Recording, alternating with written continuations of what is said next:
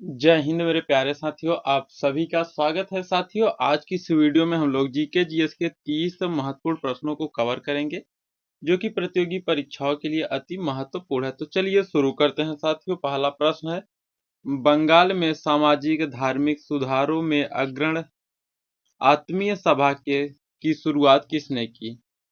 तो साथियों, बंगाल में धार्मिक सुधारों में जो है अग्रण आत्मीय सभा की शुरुआत जो है राजा राम मोहन राय ने की थी। ठीक, ऑप्शन सी सही हो जाएगा इस प्रश्न का। अगर राजा राम मोहन राय की बात की जाए तो साथियों एक प्रश्न और पूछा जाता है कि ब्रह्म समाज की स्थापना किसने की? तो याद रखना राजा राम मोहन राय ने 1828 में जो है ब्रह्म समाज की स्थापना की थी। ये भी इंपॉर्टेंट है, आप याद रखेंगे। नेक्स्ट क्वेश्चन देखते हैं, अखिल भारतीय मुस्लिम लीग की स्थापना 1906 में निम्न में से किस स्थान पर हुई थी? तो प्यारे साथियों, अखिल भारतीय मुस्लिम लीग की स्थापना 1906 में हुई ढाका में। ठीक, ऑप्शन बी सही हो जाएगा इस प्रश्न का, ढाका। अगला प्रश्न देखते हैं, निम्न में से किस युद्ध के बाद सम्राट अशोक ने बौद्ध धर्म ग्रहण किया था?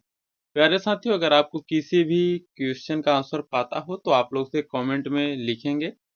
तो देखिए, सम्राट अशोक ने जो है साथियों कलिंग युद्ध के बाद बौद्ध धर्म ग्रहण किया।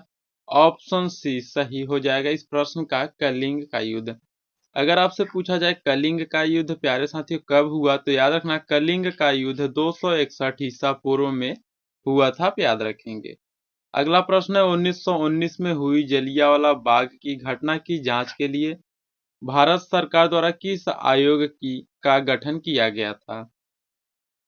प्यारे साथियों, देखिए जलियांवाला बाग की घटना जो है 1919 में हुई थी और भारत सरकार द्वारा जो है हंटर कमेटी का गठन किया गया था इसकी जांच के लिए। ऑप्शन ए सही हो जाएगा इस हंटर कमेटी, आप याद रखेंगे। अगला प्रश्न है, रविंद्रनाथ टैगोर ने की वजह से अपनी नाइटहुड उपाधि वापस लौटा दी? देखिए, रविंद्रनाथ टैगोर ने जो है जलियांवाला बाग नरसंहार की वजह से अपनी नाइटहुड की उपाधि लौटा दी थी। ऑप्शन सी सही हो जाएगा इस प्रश्न का। ठीक, नेक्स्ट क्वेश्चन देखते हैं, असहयोग और खिलाफत आंदोलन कब शुरू किया गया? प्यारे साथियों, असहयोग और खिलाफत आंदोलन की शुरुआत जो है 1920 में किया गया था। ऑप्शन डी सही हो जाएगा इस प्रश्न का, 1920। अगला प्रश्न है, 1923 में स्वराज पार्टी का गठन किसने किया? तो साथियों 1923 में स्वराज पार्टी का गठन जो है मोतीलाल नेहरू और चित्तरंजन दास ने किया। ऑप्शन बी सही हो जाएगा इस प्रश्न का, मोतीलाल नेहरू और चित्तरंजन दास। नेक्स्ट क्वेश्चन देखते हैं, जर्मनी की रेडियो सेवा के भाग के रूप में आजाद हिंद रेडियो सेवा किस वर्ष शुरू हुई थी? तो देखिए, जर्मनी की रेडियो सेवा के भाग के रूप में जो है आजाद हिंद रेडियो सेवा की शुरुआत हुई थी 1942 में। ऑप्शन बी सही हो जाएगा इस प्रश्न का, 1942।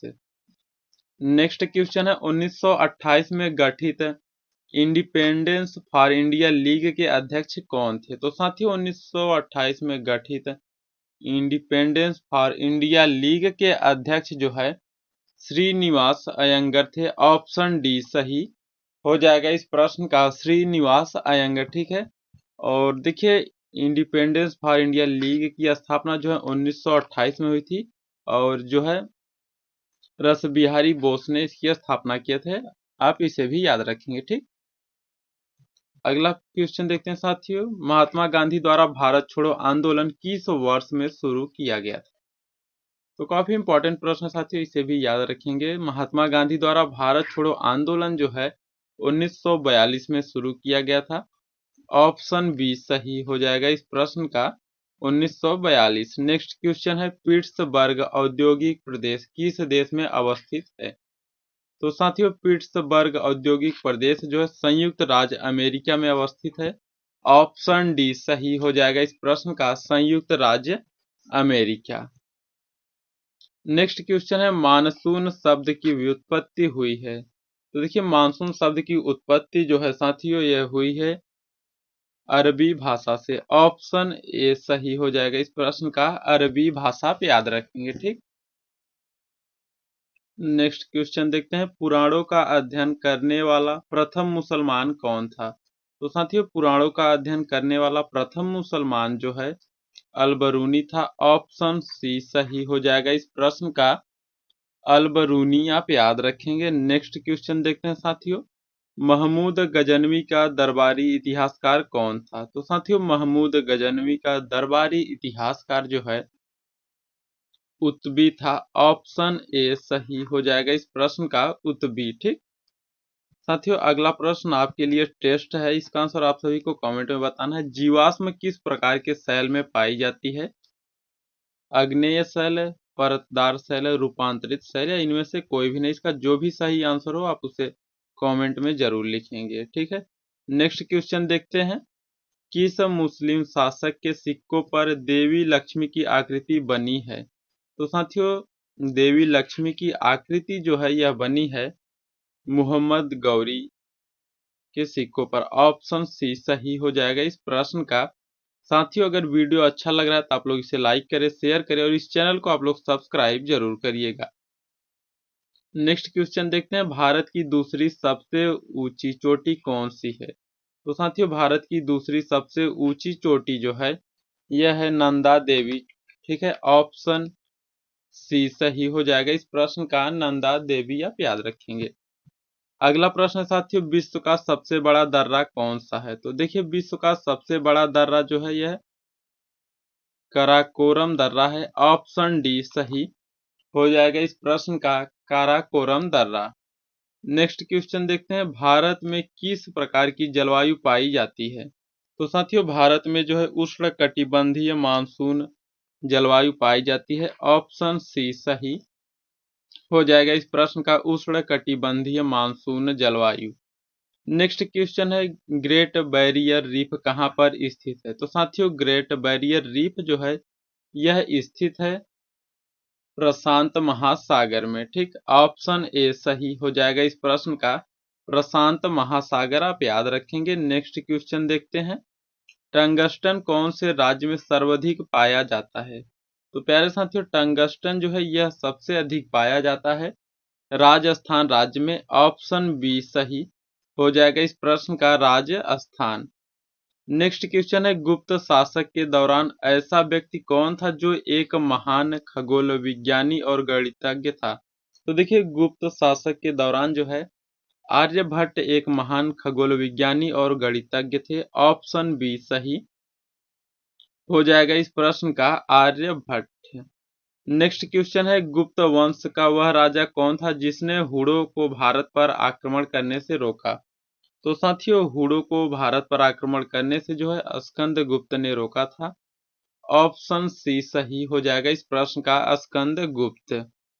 अगला प्रश्न देखते हैं साथियों, फाहियान किसके शासनकाल में भारत आया? तो साथियों, फाहियान जो है यह है चंद्रगुप्त द्वितीय के शासनकाल में भारत आया था, आप याद रखेंगे। और फाहियान जो है यह चीन का निवासी था, आप इसे भी याद रखेंगे। अगला प्रश्न है, बंगाल का कौन सा शासक हर्ष का समकालीन था? तो साथियों, बंगाल का शासक शशांक जो है यह हर्ष का समकालीन था। ऑप्शन डी सही हो जाएगा इस प्रश्न का, शशांक। नेक्स्ट क्वेश्चन है साथियों, हर्षचरित किसके द्वारा लिखी गई थी? तो साथियों, हर्षचरित जो है यह लिखा गया था बाणभट्ट के द्वारा। ऑप्शन ए सही हो जाएगा इस प्रश्न का, बाणभट्ट आप याद रखेंगे। नेक्स्ट क्वेश्चन है, गुप्तोत्तर युग में प्रमुख व्यापारिक केंद्र था? तो साथियों, गुप्तोत्तर युग में प्रमुख व्यापारिक केंद्र जो है कन्नौज था। ऑप्शन सी सही हो जाएगा इस प्रश्न का, कन्नौज। नेक्स्ट क्वेश्चन है, चोल राजाओं ने किस धर्म को संरक्षण प्रदान किया? तो साथियों, चोल राजाओं ने जो है शैव धर्म को संरक्षण प्रदान किया। ऑप्शन बी सही हो जाएगा इस प्रश्न का, शैव धर्म। नेक्स्ट क्वेश्चन है, महाभारत का बांग्ला में अनुवाद बंगाल के किस सुल्तान ने कराया? तो साथियों, महाभारत का बांग्ला में अनुवाद जो है बंगाल के सुल्तान नुसरत शाह ने कराया। ऑप्शन बी सही हो जाएगा इस प्रश्न का। नेक्स्ट क्वेश्चन देखते हैं, सूफी संत ख्वाजा मोइनुद्दीन चिश्ती किसके शासनकाल में राजस्थान आए थे? तो साथियों सूफी संत ख्वाजा मोइनुद्दीन चिश्ती जो है ये पृथ्वीराज चौहान के शासनकाल में राजस्थान आए थे। ऑप्शन ए सही हो जाएगा इस प्रश्न का, पृथ्वीराज चौहान। अगला प्रश्न साथियों, मुगल प्रशासन व्यवस्था में मनसबदारी प्रणाली को किसने प्रारंभ किया? तो साथियों मुगल प्रशासन व्यवस्था में मनसबदारी प्रणाली को शुरू जो है अकबर ने किया। ऑप्शन बी सही हो जाएगा इस प्रश्न का, अकबर। अगला प्रश्न साथियों आपके लिए टेस्ट है, राष्ट्रीय हरित अधिकरण किस वर्ष में स्थापित किया गया था? इसका जो भी सही आंसर हो आप उससे कमेंट में जरूर लिखेंगे। तो आज के लिए इतना ही, और वीडियो कैसा लगा आप लोग कमेंट करके जरूर बताएं। वीडियो अच्छा लगा तो आप लोग लाइक करें, शेयर करें और इस चैनल को सब्सक्राइब जरूर करिएगा। फिर मिलते हैं जल्द ही एक नई क्लास में। जय हिंद।